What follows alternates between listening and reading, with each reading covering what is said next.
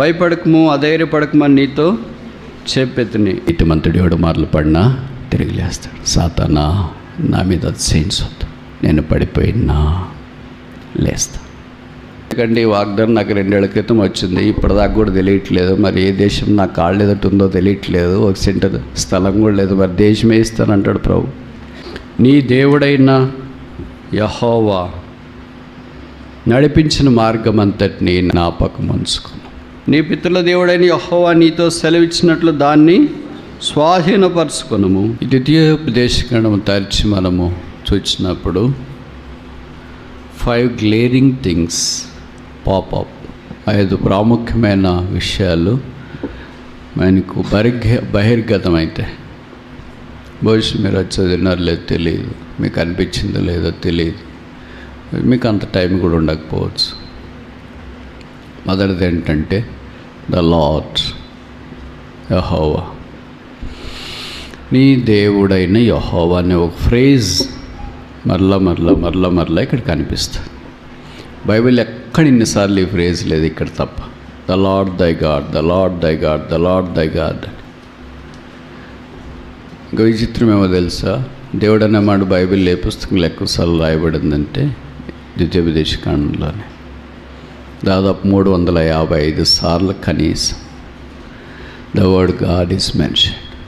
కనుక దేవుడు అనే పదం పక్కనే ఇంకో పదం కనిపిస్తుంది, నీ దేవుడైన యెహోవా. ఎవరు మరి ఆ దేవుడు అని అంటే యెహోవా. యెహోవా అంటే అర్థం ఏంటి? మోషే దేవుని ఆజ్ఞ అనుసరించి ఫరో దగ్గరికి వెళ్ళాడు. నా ప్రజలను పోనిమ్మని యెహోవా సెలవిస్తున్నా అంటే ఆయన కొద్ది కళ్ళు పైకి ఎక్కినాయి కదా. అందుకని ఆయన అన్నాడు, హూ ఇస్ దట్ యెహోవా? యెహోవా ఎవడు అనేదానికి ఎవడ మర్యాద లేకుండా మాట్లాడుతూ అని మాట్లాడలేదు మోషే జవాబు నోటితో కాదు, యాక్షన్తో చెప్పాలనుకో. చాలాసార్లు మనం జవాబులు నోటితో చెప్పుకుంటాం. భార్య భర్తలు, పిల్లలు, తల్లిదండ్రులు, మందిరంలో సేవకులు, బోధకులు. అందుకే ఎక్కువ సమస్యలు వస్తాయి. నన్ను వాళ్ళు ఆ మాట అన్నారు, ఈ మాట అన్నారు. ఎందుకంటే నోరు పనిచేసి, నాట్ యాక్షన్. మోషే ఎవడు యెహోవా అంటే ఎవడు యెహోవా అని అమర్యాదగా మాట్లాడతావు ఏంటి అని చెప్పలేదు. ఎవడు యెహోవా అన్నా, కొద్దిగా ఆగమ్మ, తర్వాత సెట్ అవుతావు నువ్వు. అప్పుడు 10 తెగుళ్ళు వచ్చినాయి. 10 తెగుళ్ళు వచ్చిన తర్వాత ఎవరు అనేది ఆయనకి యాక్షన్లో కనిపించింది.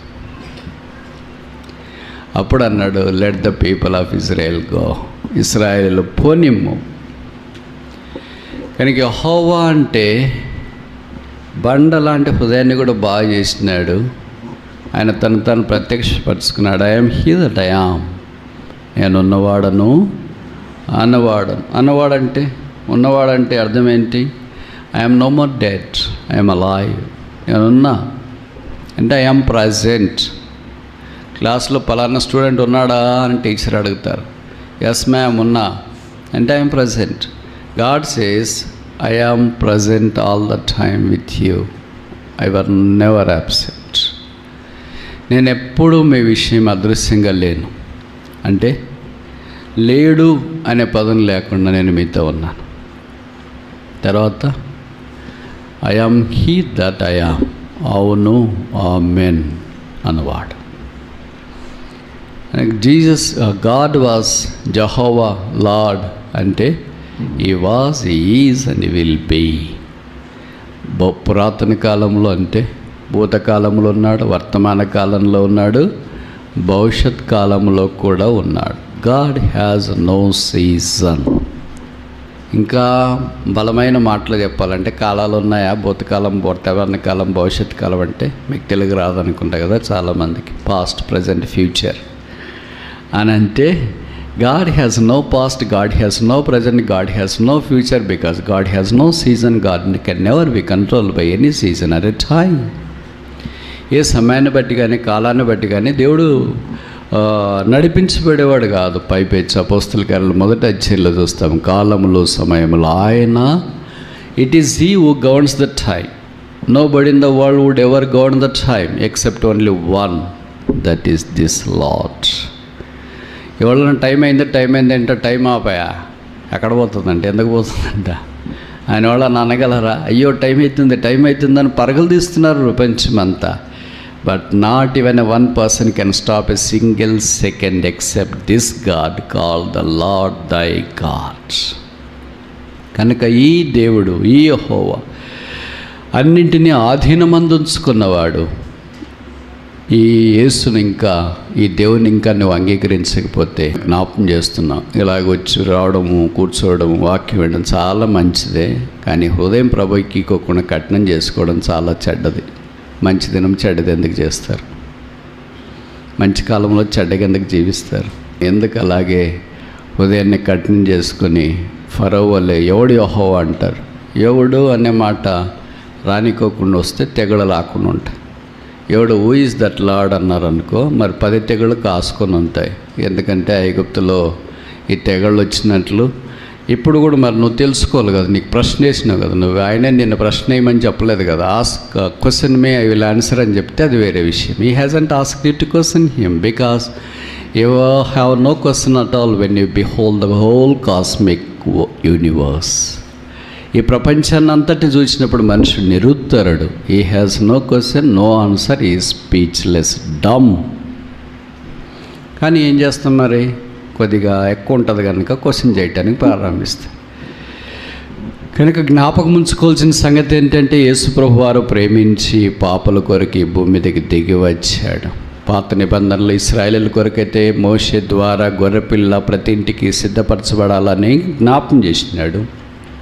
కొత్త నిబంధనలో దేవుని గొర్రెపిల్లని యేసు తానే దిగి వచ్చాడు. ఇంటికొకటి కాదు, ప్రపంచానికి ఒకటి, రోజుకోటి కాదు, చిరకాలం ఒకటి.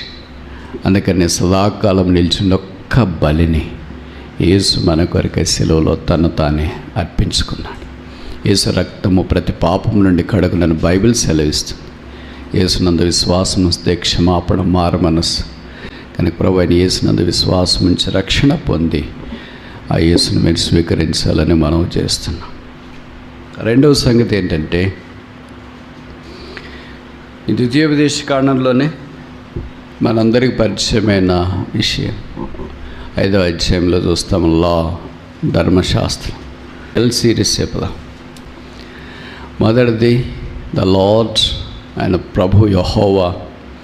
రెండవది ద లా, ధర్మశాస్త్రం వేయబడింది రెండవసారి 5వ అధ్యాయంలో.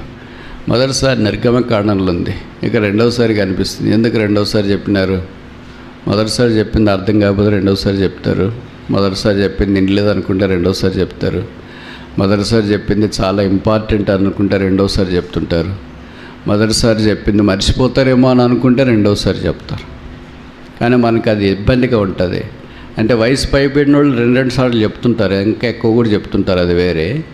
కుర్రోళ్ళకి ఏమనిపిస్తుంది అంటే, ఇంతకు ముందు చెప్పినావు కదమ్మా, పూడికి అదే చెప్తున్నానండి, మర్చిపోతావేమో అని చెప్తారు. ఎందుకు మర్చిపోతాను? నీ కొడుకు ఎట్లా మర్చిపోతా నేను? కనుక ప్రభువు మరలా ఇక్కడ జ్ఞాపం చేస్తున్నాడు. ఎందుకంటే కొత్త తరం వచ్చింది. ఇప్పుడు అంత పాత నీళ్ళన్నీ పోయినాయి. ఇప్పుడు కూడా ప్రతి మందిరాల్లో this is the same story across the world. ప్రపంచమంతా అదే కొత్త తరం వచ్చింది. దేవుణ్ణి ఎరిగిన తరం వస్తే ప్రభుకు స్తోత్రాలు. కానీ దేవుణ్ణి ఎరగని తరం, ధర్మశాస్త్రం తెలియని తరం, దేవుని ఆశ్చర్యకార్యాలు గ్రహించలేని తరం, చెప్పిన గాడు వినని తరం, అలాంటి తరం వచ్చింది. అందుకే మోషే వారికి మరలా జ్ఞాపం చేస్తున్నాడు. 5వ అధ్యాయం అంతా ఆ ధర్మశాస్త్రం గురించిన సంగతులే చెప్పబడినట్లు వాక్యాలు మనం చూస్తాం. ఇప్పుడు ధర్మశాస్త్ర యుగంలో మనం లేము. అందుకే దీని అంతటిని సమ్మప్ చేసి యేసు ప్రభువు వారు కొత్త నిబంధనలో 2 ఆజ్ఞలు చెప్పినాడు. మీలో కొంతమంది చాలా ఏళ్ల క్రితం చదువుకునేటప్పుడు ఇప్పుడు మారిపోయింది అనుకుంటా. ఇంగ్లీష్ పేపర్ ఒకటి ఉండేది, ఎగ్జామినేషన్. దాంట్లో ప్రిసైజ్ అనే ఒక కాలం ఉండేది. అంటే ఒక క్వశ్చన్ ఉంటుంది, అంటే ఒక షార్ట్ వార్తం ఇచ్చి ఉంటారు, పేరాలు. దాన్ని ఏమి చేయాలంటే కన్సైజ్ చేసి రాయాలి. దాన్ని ప్రిస్ రైటింగ్ అని అంట. వెరీ ప్రిసైజ్, బ్రీఫ్, నక్షల్లో చెప్పాల. అలాగా ఈ 10 ఆజ్ఞలు అంటే ఇన్ని ఆజ్ఞలు ఎప్పుడు మనం నెరవేరుస్తామంటే, ఒకటి రానివాడికి 10 వచ్చినా ఒకటి, 100 వచ్చినా ఒకటి, అన్నైనా ఒకటి. అందుకని ఈ 10 ఆజ్ఞలన్నీ మనం అర్థం చేసుకోవడానికి, గ్రహించడానికి యేసుప్రభు సమాప్ చేసి ప్రిసైజ్ చేసి కొత్త నిబంధనలో 2 చెప్పాడు. మొదటిది, నీ దేవుడైన యెహోవాను పూర్ణ మనస్సు, పూర్ణ హృదయము, పూర్ణ ఆత్మతో ప్రేమించు. రెండవది, నిన్ను వలె నీ పొరుగు వారిని ద్వేషించు. రెండిట్లో కామన్గా ఉండే పదం ఏంటి? లవ్. ఆ లవ్ అంటే ఏంటి? 1 యోహాను 4:8 గాడ్ ఈజ్ లవ్. దేవుడు ప్రేమ స్వరూపి. సరే, ఇప్పుడు పాత నిబంధన అంతా ఒకే పదంలో చెప్పాలంటే లవ్, ప్రేమ. అదే కొత్త నిబంధనలా కనిపిస్తుంది. దేవుని మీద ప్రేమ, దేవుని ప్రజల మీద ప్రేమ, దేవుడు చేసిన సమాజం మీద ప్రేమ. ఈ ప్రేమ పొర్లుకొని వచ్చినప్పుడు వాక్యం యొక్క నెరవేర్పులోనికి మనం వస్తాం.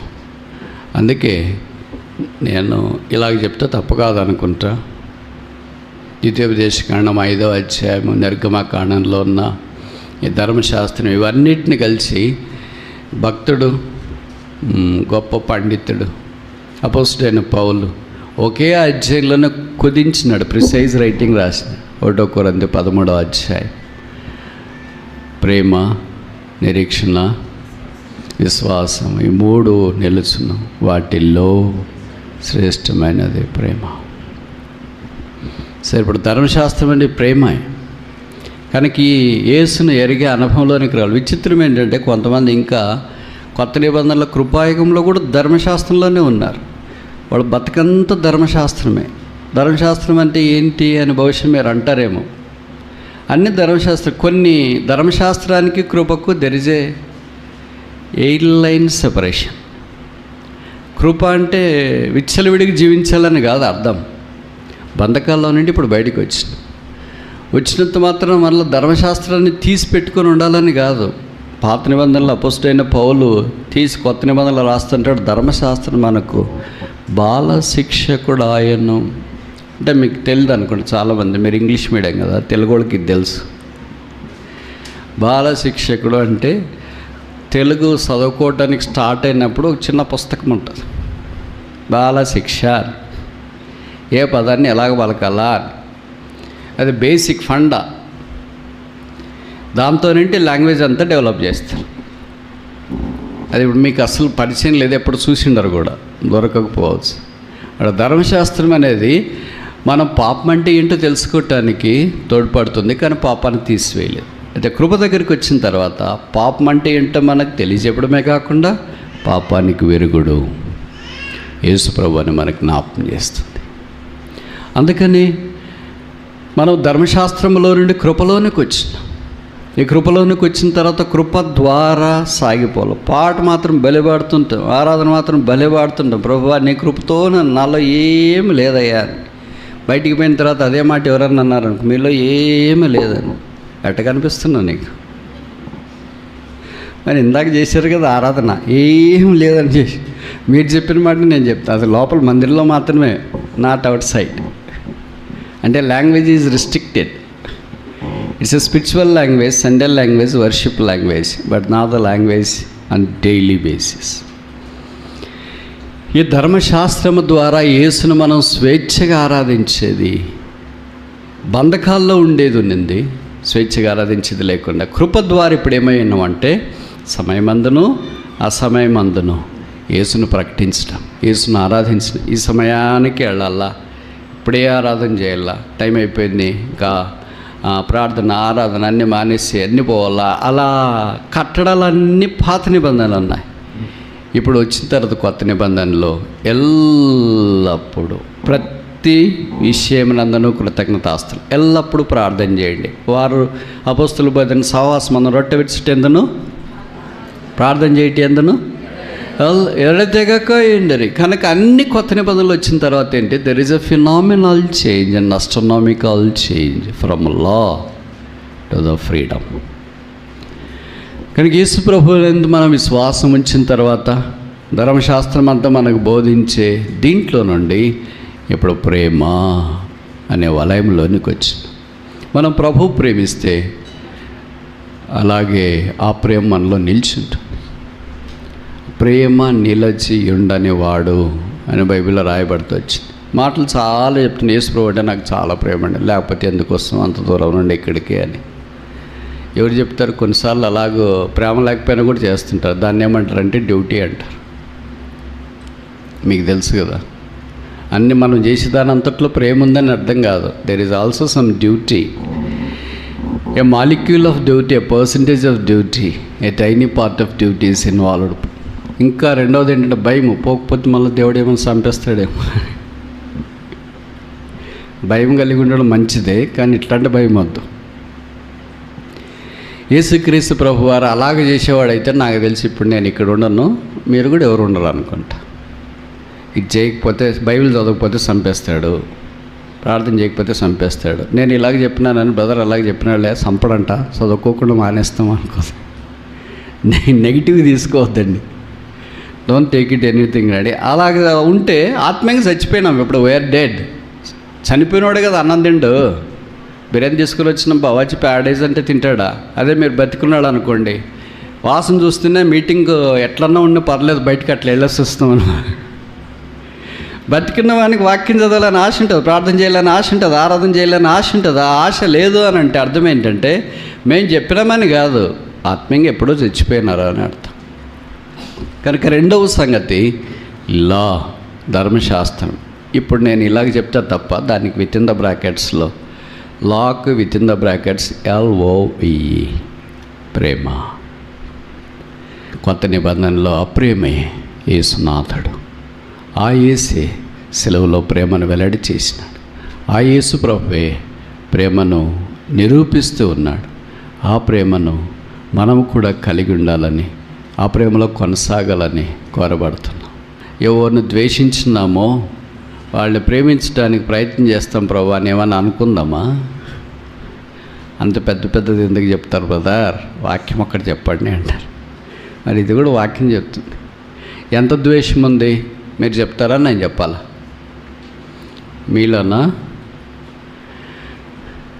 మీలో లేదు అని నాకేం తెలియదు, కానీ వాక్యంలో రాసినారు. యోహాన్ భక్తుడు రాసినాడు, మనము పాపము చేయలేదని చెప్పుకొనిన ఎడలా ఏమవుతాం? మీ బైబిల్లో లేదు కదా, ఉండదు. అట్లాంటిది ఉన్న కనపడదు, కనపడిన వినపడదు. మనము పాపము లేదని చెప్పుకొనిన ఎడలా. చూడండి, యోహాన్ రాసిన మొదటి పత్రిక 1వ అధ్యాయం ఎన్నో వచనం అమ్మా? 1 John chapter 1.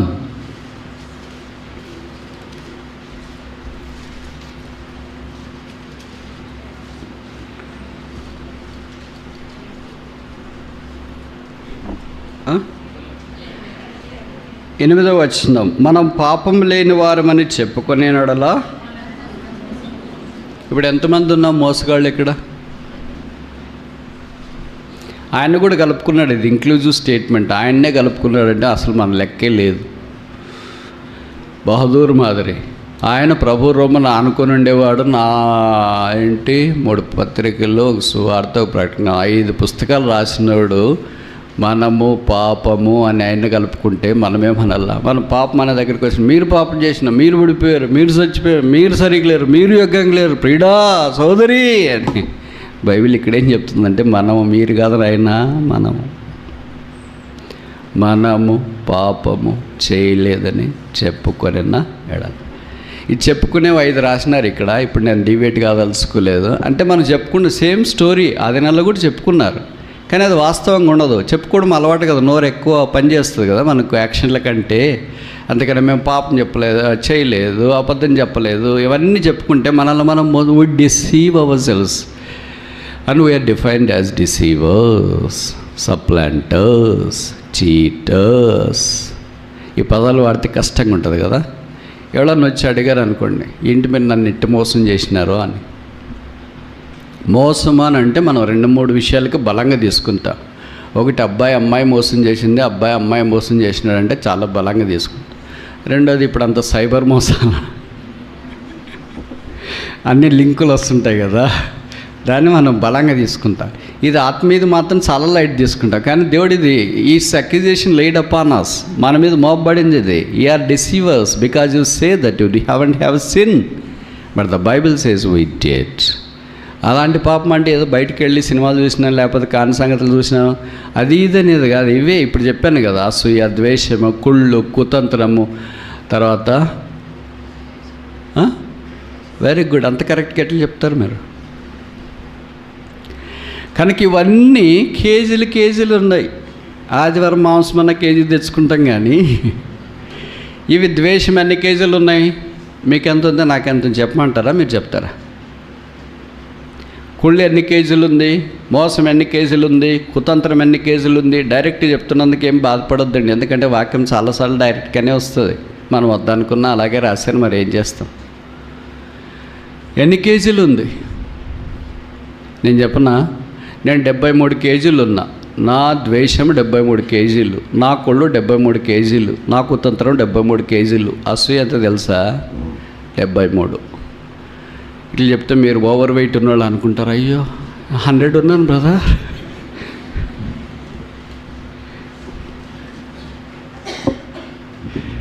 ఇట్లా తగ్గాలి కొద్దిగా అనుకుంటే. మీరు నిజంగా వాస్తవంగా చెప్పండి, భౌతికమైన బరువు పెరిగినప్పుడు సర్వరోగాలకు కారణము అదే ఓవర్ వెయిట్ అని తెలిసినప్పుడు దాన్ని తగ్గించుకోవటానికి డైట్ అంటారు, ఎక్సర్సైజ్ అంటారు, వాకింగ్ అంటారు, అన్నీ చేస్తారు కదా.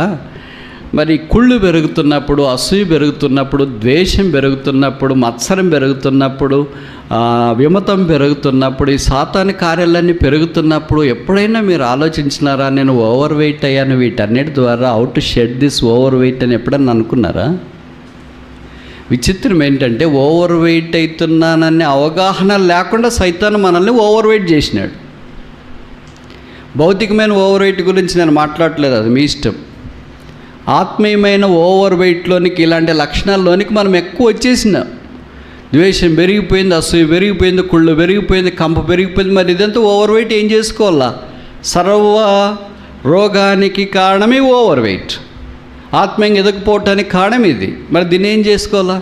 కట్ చేసుకోవాలి కదా, తగ్గించుకోవాలి కదా. భౌతికంగా ఓవర్ వెయిట్ అయితే దానికి ఎన్నో కష్టాలు పడతారంట. అందుకే ఇప్పుడు ఆర్గానిక్ నవధాన్యాలు, ఆర్గానిక్ వాకింగ్లు, ఏమేమో అన్నీ చేస్తున్నారు. మరి what about the spiritual exercise? ఆత్మీయంగా ప్రభావం నాలో ఇంత కుళ్ళు ఉంది, కుతంత్రం ఉంది, కంపు ఉంది, ద్వేషం ఉంది, అసూయ ఉంది, మత్సరం ఉంది, ఇవన్నీ ఉన్నాయి. నేను తీసేసుకోలేను. ఎంత తీసేసుకోవాలనుకుంటే ఇంకా ఎంత ఎక్కువైపోతుంది. యేసు ప్రభువా నన్ను క్షమించి ఇవి నాలో నుండి ఒకే రోజు కాకపోయినా క్రమంగా తీసి, ఎందుకంటే ఒకే రోజు ఎవరు వీటి తగ్గినావనుకో ఏమని అర్థం అంటే డేంజర్ బెల్స్ ఉన్నాయని అర్థం. అందుకే క్రమంగా తీసే ఒకే రోజు, ఈ రోజు నేను ఎవరిని ద్వేషించిన కీడ్ చేయనంటే రేపు ఈ రోజుది రేపటిది రేపు చేసి ఫుల్ కోట. God makes everything very gradual. క్రమక్రమముగా దేవుడు మనల్ని ఆయన రూపంలో మార్చడానికి సంఘము ఏర్పాట్లన్నీ చేశాడు. ఒకే రోజు సెలవు దగ్గర రక్షణ పొందిన వెంటనే ఆయన రూపంలో మనం మార్చబడి ఉంటే మనకు బైబిల్ అక్కర్లే, పరిశుద్ధాత్మ అక్కర్లే, సంఘం అక్కర్లే, వేరే వాళ్ళ ప్రార్థన అక్కర్లే, ఏమో ఆరాధన అక్కర్లే. దొంగ మాదిరి అలాగే కుడివైపు నుండి పైకి అట్లా నేరుగా స్ట్రైట్కి పోయింటాం మందిరంకి రాకుండా. నో బ్యాప్టిజం, నో పెళ్ళైందో లేదో తెలియదు నాకు. ఎవరు అలాగ పోవాలని అనుకోరు కదా. వాళ్ళని ఎలాగ అనుకుంటారు? ఎదగాలని అనుకుంటాం, వృద్ధి పొందాలని అనుకుంటాం, ఆత్మీయమైన ఆశీర్వాదంలోనికి రావాలని కోరతాం. మరి మన సంగతి ఏంటి? వచ్చినా కూర్చున్నా, మంచి భోజనం పెట్టినారు, టీ ఇచ్చినారు, బిస్కెట్లు ఇచ్చినారు, బాగా జరిగింది. ఈసారి కూడా అన్నీ బాగా జరిగినా కానీ స్పీకర్ తప్ప అని అనుకుని పోతే ఏం లాభం ఉంది? ప్రభు నాలో కొంత కార్యం చెయ్యి, నాలో ఉన్న ఈ ధర్మశాస్త్రం తీసివేసి నీ ప్రేమ నింపు, అసూయ తీసేయి, ద్వేషము తీసేయి, కుళ్ళు తీసేయి, కుతంత్రం తీసేయి. నాకు మరి వాళ్ళంటే పడదు, ఏం చేస్తావు? అది నా డిఎన్ఏలోనే ఉంది, అది అంత తొలికి పోదు. పడని వాళ్ళు మనకు కనిపించినప్పుడు ఏం చేయాలంటే మనం ప్రార్థన చేయడానికి ప్రయత్నం చేయాల. విచిత్రం ఏంటంటే మనం శపించడానికి ప్రయత్నం చేయచ్చా, ఈరోజు ఎవడి మొక్కలు చూసినా నేను వీళ్ళు కనిపించినారు. ఎట్లా సిలువ కార్యం మనలో ఆపరేట్ అవుతుంది? ఇది రోజులు గడిచే కొలది ఇలాగే ఉంటే, ఇంకా పెరుగుతూ ఉంటే, ఓవర్ వెయిట్ అవుతూ ఉంటే సైతాన్ చాలా సంతోషపడతాడు. మీరు కట్ చేసుకోవాలనే ఆలోచన లేదు.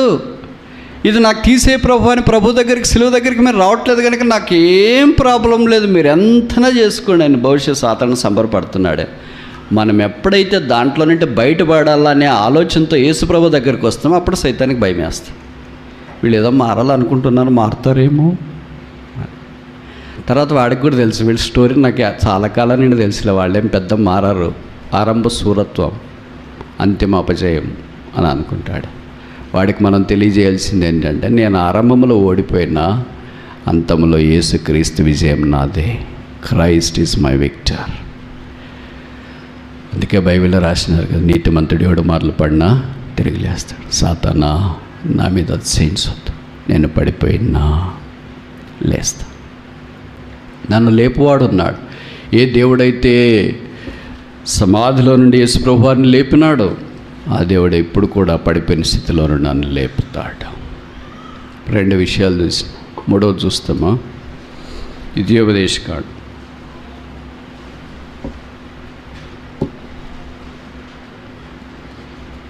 34 5వ వచనం. Deuteronomy chapter 34 verse 5.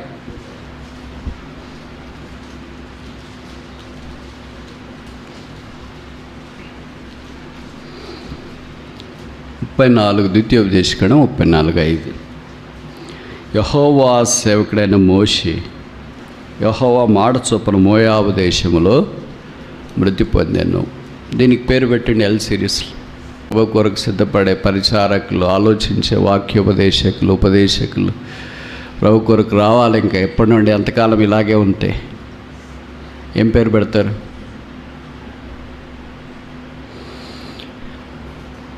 This a small window to think. మేము ఇట్లాంటివన్నీ ఎప్పుడో దాటిపోయినాం బ్రదర్ అంటే నేనే చెప్తా. మొదటిది ఏంటి?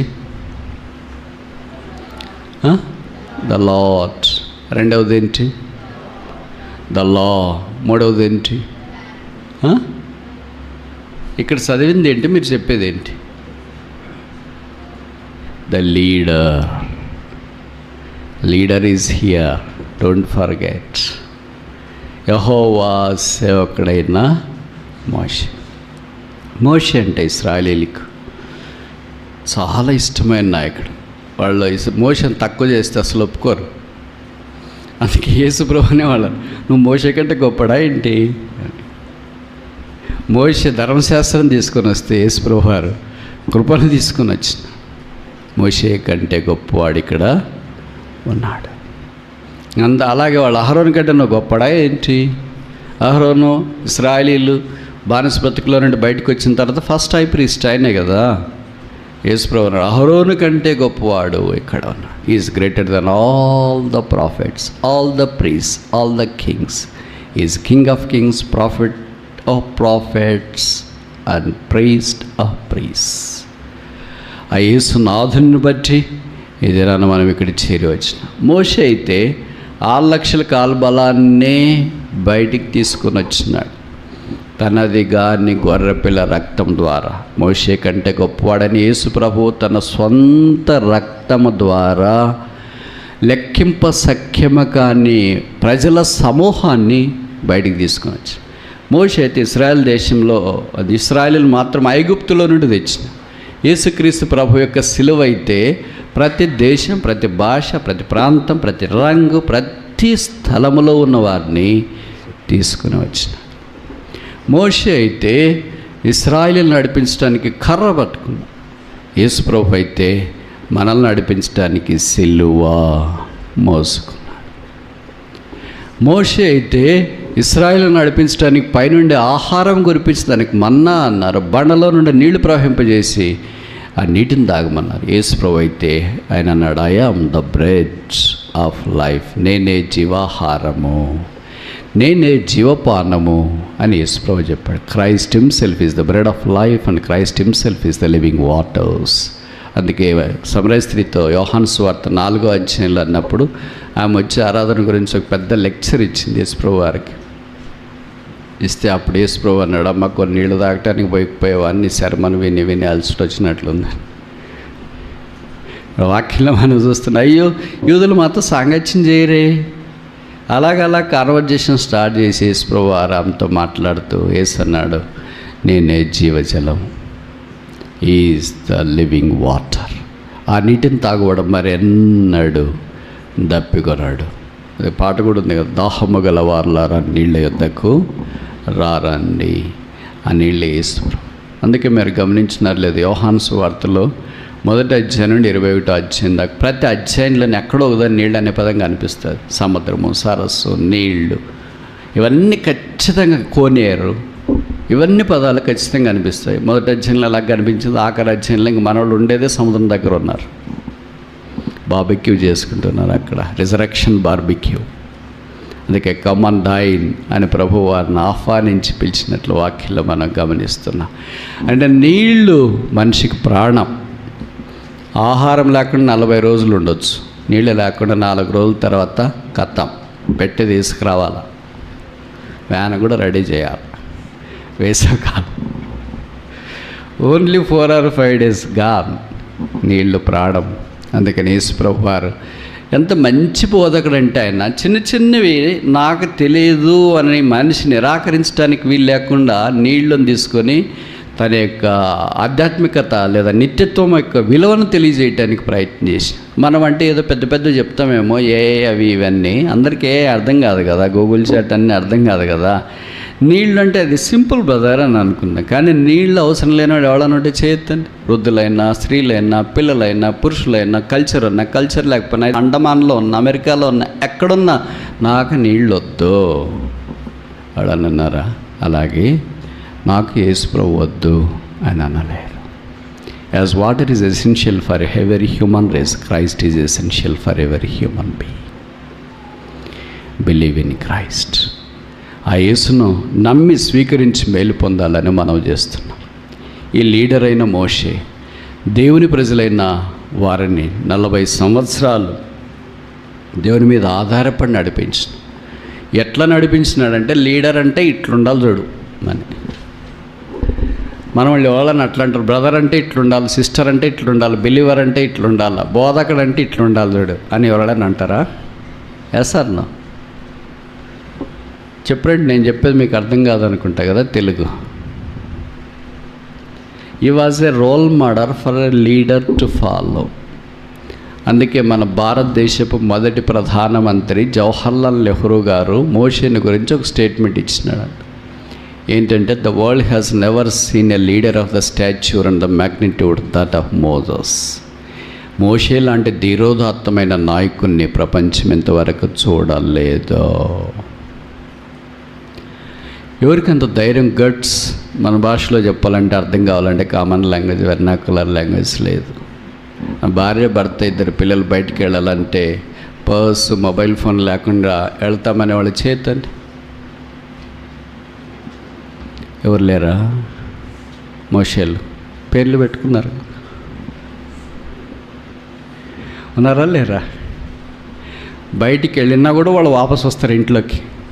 వాళ్ళ అమ్మ, అత్తగారు ఎవరు ఇప్పుడే వెళ్ళి అప్పుడే వస్తున్నారంటే మర్చిపోయినా. ఏం మర్చిపోయారు? మొబైల్ ఫోన్ మర్చిపోయినా. డబ్బులు అంటే ఏమంటారు మీరు? వ్యాలెట్ కదా, వ్యాలెట్ మర్చిపోయినాం. అది లేకపోతే వెళ్ళొచ్చు కదా. మరి మోషే డబ్బులు లేకపోయినా, మొబైల్ ఫోన్ లేకపోయినా, వ్యాలెట్ లేకపోయినా కర్ర చేత పట్టుకొని ఒకడు కాదు, 2 కాదు, కుటుంబం కాదు, 6 లక్షల కాల్బలం. మనమైతే గుండె ఆగిపోయి వస్తుంది మొదటి రోజు. వీళ్ళందరికీ ఎప్పుడు ఇస్తాం? వీళ్ళందరికీ ఏమి ఇస్తాం? నీళ్ళు ఇస్తామా? తర్వాత పవర్ ఇస్తామా? ఏసీ ఇస్తామా? ఎప్పుడు చేస్తుంది? వీళ్ళంతా రాళ్ళతో కొడితే 6 లక్షల రాయి, ఒక్కొక్క రాయి ఒక్కొక్క దెబ్బ తగిలినా ఇంకా అసలు నా శరీరంలో భాగం కూడా ఉండదు అని అనుకుంటా. మోషేకి ఎంత ధైర్యం చూడండి. అందుకే బైబిల్లో రాశారు, హెబ్రీ పత్రిక 11వ అధ్యాయంలో, విశ్వాసమును బట్టి మోషే, దట్ ఈస్ కాల్డ్ ఫెయిత్. ఇప్పుడు మనకు ఉండేది ఏమందం మరి? చెప్పరేంటి? మీరు ఏదో ఒకటి చెప్తేనే అర్థమవుతుంది, మీకు ఏదో అర్థమవుతుందని. అంటే మీకు అర్థం కాదని కాదు, మీరు ఆ స్టేజ్ కూడా దాటిపోయినారు. కానీ ఎవళ్ళన్నా మా స్టేజ్లో ఉండేవాళ్ళకి ఉంటుంది కదా. విశ్వాసను బట్టి మోషే పెద్దవాడైనప్పుడు ఐగుప్తును విడిచి పారిపోయాను. విశ్వాసను బట్టి మోషే దేవుని ప్రజలతో శ్రమ అనుభవించుట మేలని యోచించను. విశ్వాసను బట్టి బై ఫెయిత్. బై క్యాషా, బై మొబైలా, బై ఫోన్పేనా? ఏముంది? ఇవన్నీ అవసరం లేదని నేను చెప్పట్లేదు, ఇవన్నీ అవసరమే. బట్ వీటన్నిటికంటే మించి by faith, no faith no use. అందుకనే బైబిల్ రాయబడింది కదా, without faith it's impossible to please God. దేవుని మనం సంతోషపరచకపోతే ఇంక ఈ భూమి మీద బతికేం లాభం ఉంది? మన కుటుంబం మన వల్ల సంతోషం ఉండొచ్చు, మన ఇరుగు పొరుగు వారి కొలీగ్స్, స్టూడెంట్స్, మనకు పరిచయమైన వాళ్ళు మన వల్ల సంతోషపడవచ్చు. కానీ if God is not pleased with our life and there is no meaning for our existence on this earth. యేసు ప్రభువు వారి భూమి మీదకి వచ్చినాడు, పరలోకం తెరవబడి ఆయన మీదకి దేవుని ఆత్మ పావురం వల్ల దిగి వచ్చినప్పుడు పలికిన మాట ఇదే, this my beloved son in whom I am well pleased. Pleased అనేది చాలా పెద్ద మాట తెలిసిన. I am pleased. దేవుడు సర్టిఫికేట్ ఇచ్చినాడు. ప్రభు మన విషయమే చెప్తాడు, I am pleased with Canaan for 40 long years. ఆ సర్టిఫికేట్ వస్తే మనం లవ్ ఫెస్ట్ గివ్ ఫెస్ట్ మానేసి గంతలేస్తే తిరగచ్చు. I am pleased, I am pleased, I am pleased. అలా కాకుండా ఐ యామ్ పెయిన్డ్. ఒక షాకింగ్. మన వ్యక్తిగత కుటుంబ సంఘ జీవితాల్లో let there be pleasure to Christ. క్రీస్తుకు సంతోషం, క్రీస్తుకు ఆనందం, క్రీస్తుకు మహిమ, క్రీస్తుకు ఘనత ఉండాలని ప్రభువు కోరుతున్నాడు. If there is no pleasure for him, there is no meaning in our existence in this earth. ప్రభువా, నేను మనుషులను సంతోషపెట్టువాడన కాక క్రీస్తును సంతోషపెట్టినట్లుగా బ్రతికించు. అలాగ నన్ను జీవింపచ్చి. ఇలాంటి తీర్మానాలు మనకు అవసరం. ఏం లేకుండా ఏదో వచ్చినా కూర్చున్నా విన్నాం, మన దారిని మనం పోతూనే ఉన్నామంటే ఇంక ఇలా చేస్తూనే ఉంటాం చచ్చిపోదాకా, లేకపోతే ప్రభు వచ్చేదాకా. దానివల్ల ఏం ఉపయోగం? పరలోకానికి వెళ్ళిన తర్వాత దేవతలు వస్తారండి, బ్రదర్ అండి అక్క. ఎక్కడి నుండి వచ్చింది తెలుసా? తెలుసులేండి ముందే. మేము వచ్చింది ఎట్లా తెలుసు కదా నాకు తెలియకుండా. మీ కార్యాలన్నీ రికార్డు ఉన్నాయి మా దగ్గర ఇక్కడ పైన. మాకు ఏదైనా బహుమానాలు ఉంటాయండి, ఏం బహుమానాలు ఏం లేవు. పరలోక రాజ్యానికి మాత్రమే అగ్నిలో నుండి లాగబడినట్లు లాగబడితే ఏం లాభం? కొంతమంది అంటే బహుమానాలు, మోసే బహుమానం, దానికి ప్రతిఫలముగా కలగబోవు బహుమానమందు లక్ష్యం. వాళ్ళందరూ అలాగ పరిగెత్తారు. మరి మన సంగతి ఏంటి? 4 చూస్తామా? ద్వితీయోపదేశ కాండం 1వ అధ్యాయం 21. Deuteronomy chapter 1 verse 21. ఇదిగో నీ దేవుడైన యెహోవా ఈ దేశములో నీకు అప్పగించెను. నీ పితరుల దేవుడైన యెహోవా నీతో సెలవిచ్చినట్లు దాన్ని స్వాధీనపరచుకొనుము. భయపడకము, అధైర్యపడకమని నీతో చెప్పెతిని. I have set the land before you. ఈ దేశమును మీ ఎదుట ఉంచి ఉన్నాను. ఏవో దీని అర్థం నాకేం పూర్తిగా తెలియదు, ఎందుకంటే ఈ వాగ్దానం నాకు 2 ఏళ్ల క్రితం వచ్చింది. ఇప్పటిదాకా కూడా తెలియట్లేదు. మరి ఏ దేశం నా కాళ్ళు ఎదుట ఉందో తెలియట్లేదు. 1 సెంటర్ స్థలం కూడా లేదు. మరి దేశమే ఇస్తానంటాడు ప్రభు. ఇది చాలా విచిత్రంగా ఉంది. I have set the land before you. ఇదిగో ఈ దేశం నీ ఎదుట ఉంచున్నాను. సరే, ఇప్పుడు 4వ ఎల్ ఏంటి? ల్యాండ్.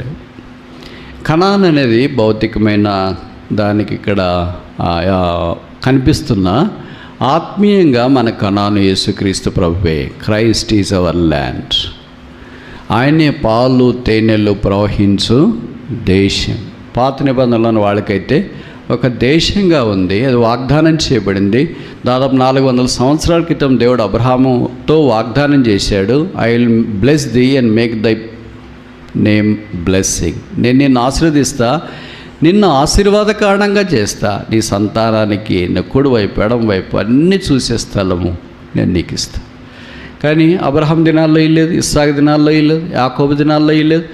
ఇజ్రాయేల్ దినాల్లో దేవుడు మోషేను పంపించి దేశంలో వారు ప్రవేశించడానికి బయటికి తీసుకొని వచ్చిన. ఈ దినాన మనకు మోషే కంటే గొప్పవాడని యేసునాథుని యొక్క శిలువ కార్యమును బట్టి మనం యేసుక్రీస్తు ప్రభు అనే కనానులోనికి, స్వాస్థ్యములోనికి ప్రవేశించిన ఆ యేసు Christ is our inheritance, glorious inheritance అని కొత్త నిబంధనలో రాయబడుతూ వచ్చింది. మహిమ గల స్వాస్థ్యము. భూమి మీద ఉన్న ఈ స్వాస్థ్యము ఎంత పోరాటాలతో, ఇబ్బందులతో రకరకాలుగా ఉంది. అయితే క్రీస్తు అనే స్వాస్థ్యంలోనికి మనం ప్రవేశించుట కొరకై శరీరంతో పోరాటం, లోకంతో పోరాటం, పాప నియమంతో పోరాటం, వీటన్నిటి పోరాటాల్లో నుండి మన అధిగమించి యేసుక్రీస్తు ప్రభువును లేదా అనుభవించాలని పరిశుద్ధాత్మ దేవుడు మనకు కోరుతున్నాడు. If Christ is not my portion, there is no meaning in my life. మన క్రీస్తు ఎప్పుడన్నా అనిపిస్తున్నాడా? ఆదివారం ఒకటే కనిపిస్తున్నాడా? మనం చూసినప్పుడు ఎవరన్నా అంటారు, అబ్బా మీరు క్రీస్తు వలే ఉన్నారు అని. ఎప్పుడో నేను విన్నది, వాస్తవమే కాదో తెలియదు. మహాత్మా గాంధీ గారు, మన దేశ జాతి పిత, ఇలాగన్నాడు అంట, show me one good Christian, I want to become a Christian. నాకు క్రైస్తవుని చూపించి, మంచి క్రైస్తవుని చూపించండి, నేను క్రైస్తవుడు కావాలనుకుంటున్నాను. రండి మా మందిరానికి, కాలంలో మస్తుగా ఉన్నాం కదా, 200 మంది దాకా. Christians are there, Christ in, but Christ like are less. ఇంకోసారి చెప్పన్నా, క్రిస్టియన్. నన్ను కూడా ఎవరన్నా ఎక్కడికైనా వెళ్తే ఏమంటారు? క్రిస్టియన్. ఏమంటారు? క్రిస్టియన్. ఎక్కడికి వెళ్ళి ఏమంటారు? క్రిస్టియన్. అంటే Christ is in, but Christ like life. క్రీస్తు వలే ఉండాలి. క్రీస్తు లోపటున్నాడు, ఆయళ్ళే క్రిస్టియన్లు అంటాం. మరి లోపటున్నాడు, బయటికి కనిపించాలిగా. ఆ బయటికి కనిపించడానికి మన మాటలు, మన ప్రవర్తన, మన జీవితము, మన యొక్క క్రియలు, ఇవన్నీ షోకేస్ చేయాలని ప్రభు కోరుతున్నాడు. Showcasing Christ is a valid reason for our existence on the earth. If that is not the day, మీకు తెలుసు కదా, ముఖ్యంగా సిటీలో ఉంటారు మీరు, ఎక్కడికి పెద్ద పెద్ద షాపింగ్ మాల్స్కి వెళ్తున్నా అక్కడ ఏంటి, సౌత్ ఇండియన్ షాపింగ్ మాల్, నల్లి, అదేంటి చందన, బొమ్మన, ఎక్కడికి వెళ్ళినా బయట షాప్లోకి వెళ్ళకపోయినా బయట పెద్ద బొమ్మలు పెట్టింటారు. ఆ బొమ్మకు బట్టలు వేసింటారు, అమ్మాయిలది కానీ, అబ్బాయిలది కానీ, పిల్లలది కానీ, పెద్దోళ్ళది కానీ. ఇప్పుడు వరుసకు పెడుతున్నారు, అంటే 4 బొమ్మలు పెడుతున్నారు, బ్రదరు, సిస్టరు, కొడుకు, కూతురు, అందరూ వచ్చేయండి అని. వాళ్ళకి ఒక పూట ఒక బొమ్మ, ఒక డ్రెస్ వేసింటారు, ఒక పూట ఏమో సూట్ వేస్తే, ఇంకో రోజేమో పంచె కట్టింటారు. నిక్కర్ వేసింది చూడలేదు ఇంకా ఇక్కడ దాకా. అలాగే లేడీ బొమ్మ కూడా ఒకసారి చీర కడితే, ఒకసారి డ్రెస్ వేయడం, ఇలాంటివి చూస్తాం. పిల్లలు కూడా రకరకాల జీన్స్ ఒకసారి వేస్తారు, మామూలు చొక్కా ఒకసారి వేస్తారు, ట్రౌజర్ ఒకసారి వేస్తారు. ఇలాగ అమ్మాయికి అబ్బాయికి వేసి 4 బొమ్మలు పెట్టింటారు. అంటే మీరు రావచ్చు, ఎవరికి మీ పక్షపాతం ఏం లేదో, ఆల్ ఆర్ వెల్కమ్ అని. ఎందుకు అది పెడతారు మరి? తెలుసు కదా, వస్త్రశాల అంటే బట్టలు ఉంటాయని తెలుసు. బయట బోర్డు కూడా రాసింటారు కదా, అన్ని రకములైన వస్త్రములు అందరికీ అందుబాటులో సరసమైన ధరలో ఉంటాయి. పేరెన్నికన్న వస్త్ర ప్రపంచం సౌత్ ఇండియాలోనే మొదటి మాదే, రండి ఇచ్చేయండి, ఆఫర్లు ఉన్నాయి, కొనండి. బొమ్మ ఎన్ని రాసిన తర్వాత బొమ్మలు ఎందుకు పెడుతున్నారు? దాన్ని ఏమంటారు మీకు తెలుసు కదా, ఏమంటారు? Show cases. అలాగే మనము కూడా లోకములోనికి ఎవరిని చూపించాలంటే ప్రభుని. వాళ్ళు ఏం చూపిస్తున్నారు అక్కడ? వాళ్ళ అంగట్లో ఉన్న బట్టలు చూపిస్తున్నారు. మన హృదయంలో ఉన్న క్రీస్తును మనము లోకానికి అట్లా షోకేస్ అంటే ఊరికి కనపడేటని కాదు. మన ప్రవర్తన, మన జీవితం, మన మాటలు, మన అన్ని పరిస్థితుల ద్వారా షోకేసింగ్ క్రైస్ట్, క్రీస్తును మనము కనపరచాలి. If that is not done, there is no meaning in our existence. ఒకవేళ అదే జరగకపోతే, Christ is in but Christ like life is not there. This the profile of Deuteronomy యొక్క సందేశాన్ని మనం చూడటానికి ఆరంభించిన 4 ఏళ్ళలు చూసినాం. మొదటిదేంటి?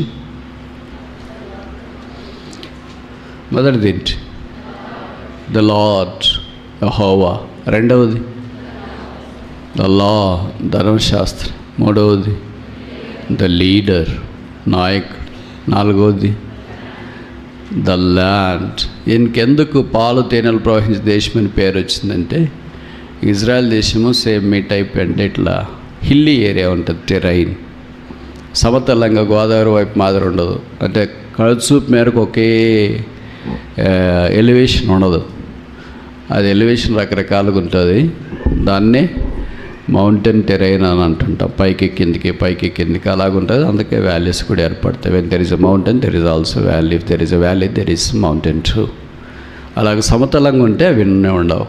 ఇప్పుడు జరిగేది ఏంటంటే కింద ప్రాంతంలో ఉంటాయి, అంటే పల్ల ప్రాంతంలో ఉండేవాళ్ళు, వాళ్ళకి కొన్ని పశువులు ఉంటాయి కదా, ఆ పశువులన్నీ కొండ మీదకి అయితేనే మేత వస్తుంది. కొండ మీదకి మీకు తెలియదు అనుకున్నా, చాలా గ్రామాల్లో రైతులు కానీ కాపర్లు కానీ గొర్రెల్ని కొండల మీదకి తీసుకెళ్తారు. ఎందుకంటే వాటికి తగిన మేత అక్కడ ఉంటుందని, గడ్డి ఎక్కడ ఉంటుందని. అడవి గడ్డి అంటారు దాన్ని, వైల్డ్ యాష్.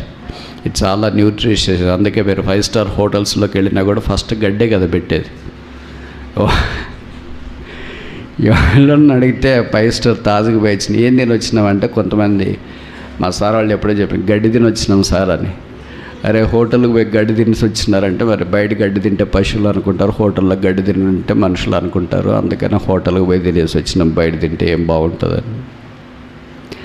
అక్కడ గడ్డి అంటే భూసం, ఈ కనిపించే భూమి మీద ఉండే గడ్డిగా సీ గ్రాస్ అంటారు, సముద్రపు గడ్డి, చాలా న్యూట్రిషియస్ అని. సరే ఇప్పుడు మన సంగతి అది కాదు కానీ, అంటే కొండ మీద ఉన్న గడ్డికి ఇంకా ఎక్కువ పోషక విలువలు కలిగిన పదార్థం అది. అందుకనే కింద ఉన్న వాళ్ళ పశువులన్నీ పైకి పంపిస్తాయి.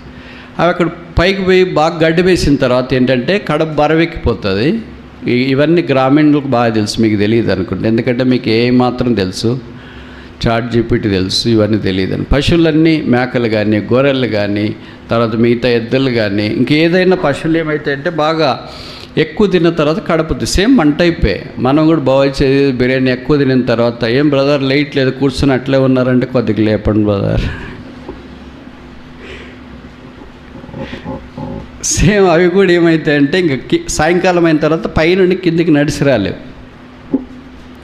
నడిచి రాకపోతే ఏం చేస్తాయి, అవి అక్కడే పడుకుంటాయి. ఇప్పుడు మరి కింద వాళ్ళు ఓనర్స్ ఉన్నారు కదా, దాని పాలు తీయాలి కదా, అదే దాన్ని పైకి పంపించేందుకు మేస్తే పాలు వస్తాయి, దాన్ని తీసుకొని నమ్ముకొని బతకాలని వాళ్ళు పైకి పంపిస్తే మనవాడు అక్కడే సెటిల్ అయిపోయాడు. అందుకని వీళ్ళు మళ్ళీ రోజు పైకి వెళ్ళాలనే కష్టం కనుక ఇప్పుడు ఏం జరిగిందంటే ప్రకృతి ప్రసాదం వాటి అదేంటి క్షీరగ్రంథంలో నుండి పాలు అలాగే ప్రవహించేసి వస్తుంటాయి, ఎక్కువైపోయి ఊజింగ్ అంటాం కదా, నీళ్ళు కూడా ఉబుకుతో ఎట్లా వస్తాయో అట్లా పశువుల్లో నుండి పాలు అలాగే ఉబుకుతో కిందకు వస్తూ ఉంటాయి. ఆ కొండ ప్రాంతాల్లో కొండ తేనెకు ప్రసిద్ధి, వైల్డ్ అని. ఆ తేనె కూడా తీసేవాళ్ళు ఎవరు ఉండరు. అందుకే అది కూడా ఏమవుతుందంటే చుక్కలు కారుతూ ఉంటుంది. మీరు చూసినారు తేనె పట్లు బయట ఎక్కడన్నా, దాన్ని ఎవరు తీసేవాళ్ళు లేకపోతే చుక్కలు కారి కింద ఏమవుతుందంటే అంత తేనె రూపంలోకి వస్తుంది. మా క్యాంపస్లో కూడా అలాగే ఉంటుంది. ఎందుకంటే తీయలేనంత ఎత్తులో ఉంటాయి. దాన్ని చేరి తీసేదాని బదులు ఆ రిస్క్ తీసుకునే బదులు కొనేది మేలు కదా అని అనుకుంటాం. ఆ చుక్కలన్నీ పడతాయి. అలాగే ఇదేమి ఎత్తలో ఉండదు కానీ కొండ ప్రాంతాల్లో ఉంటుంది కనుక అది చుక్కలు అవుతాయి. ఈ చుక్కలన్నీ కలిసి ఏంటంటే చిన్న ప్రవాహాలు అవుతాయి. ఒకవైపు నుండి పాలు, ఒకవైపు నుండి తేనె, ఇవన్నీ ప్రవాహాలు వచ్చి మీకు తెలుసు కదా, నది నాం సాగరోగతి, నీరు పల్లమెగరు నిజము దేవుడెరుగు. అలాగే చిన్న చిన్న పల్లలుగా కిందికి ప్రవహించి జారిపోయిన జలపాతం వల్లే కిందికి వస్తాయి. మనోళ్ళు పైకి పంపించి కింద ఉంటారు కదా డబ్బాలు పట్టుకొని, ఆ వచ్చిన తర్వాత దాన్ని ఏం చేస్తారంటే డబ్బాల్లో కొంతమంది మీకు పాతకాలంలోన పొలాలు గొర్రెల కాపర్లు వాళ్ళు వెళ్ళినప్పుడు ఇప్పుడు మాదిరి బాటిల్స్ వచ్చినప్పుడు బాటిల్స్ లేవు, చెయ్యే బాటిల్ కనుక 2 దోశలు తీసుకొని గిద్దెని తినాలో అలాగే ఉన్నారు, బైబిల్లో రాస్తారు కదా. ఆ 2 దోశలు ఇలాగ దోశలు తీసుకొని దాన్ని అలాగే జుర్రుకునేవాడు, ఇలాగ నోటి దగ్గరికి జుర్రుకున్న తర్వాత ఒక్కసారి కళ్ళు చెమ్మగిల్లిపోయి ఎట్లుంది బ్రదర్ రుచి అంటే, అమృతం బ్రదర్. దాన్ని తీసుకుని వచ్చి వేరే వాళ్ళకి అమ్మేవాళ్ళు. అందుకే ఆ దేశానికి ఏమని పేరు వచ్చిందంటే పాలు తేనెలు ప్రవహించు దేశం. విశ్వాసి యేసుక్రీస్తు ప్రభువులో కూడా అలాగూ ప్రజలకు ఆధ్యాత్మికమైన దేవుని వాక్యం అనే తేనె, దేవుని వాక్యం అనే పాలు సమ్మిళితం చేసి వడ్డించేటట్లు ఉండాలి. 5వ చూసి ముగిస్తామా? ద్వితీయోపదేశకాండం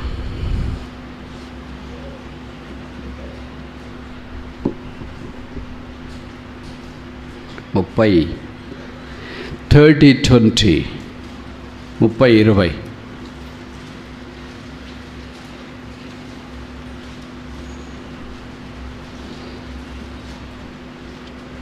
అది పెద్దగా ఉంది, నేను 13వ వచనం చదువుతా. అదే ఎక్స్ప్లెయిన్ చేశారు. Deuteronomy chapter 30 verse 15, 30-15 చదువుతా. Deuteronomy chapter 30 verse 15. చూడుము, నేడు నేను జీవమును మేలును మానమును కీడును నీ ఎదుట ఉంచి ఉన్నాను. ఇప్పుడు చెప్పండి, 5వ దాకడిది. Very good. మీరు కూడా పెద్ద స్పీకర్లు అయిపోయారు. విత్ క్యాంప్కి వాడబడవచ్చు ఇంకా.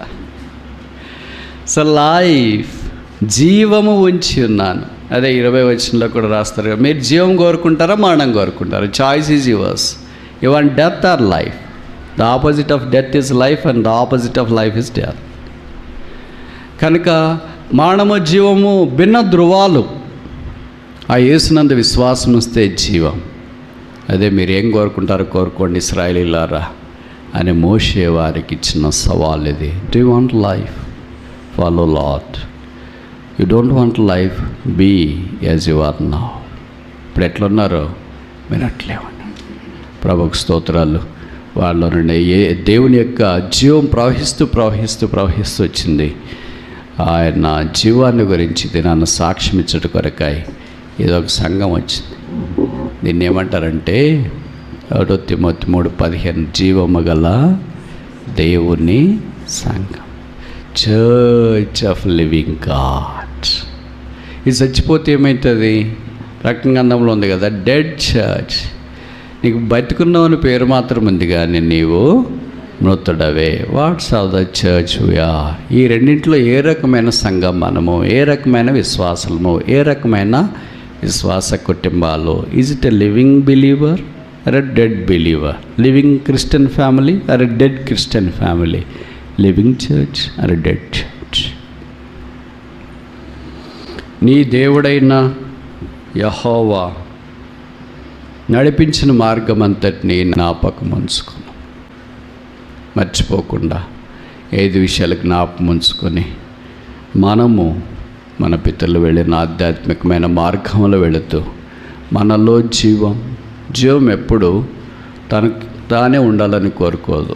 It wants to share. ఇతరులకు కూడా జీవం ప్రవహింపచేయాలి. అదే అంటు కట్టబడుట అంట.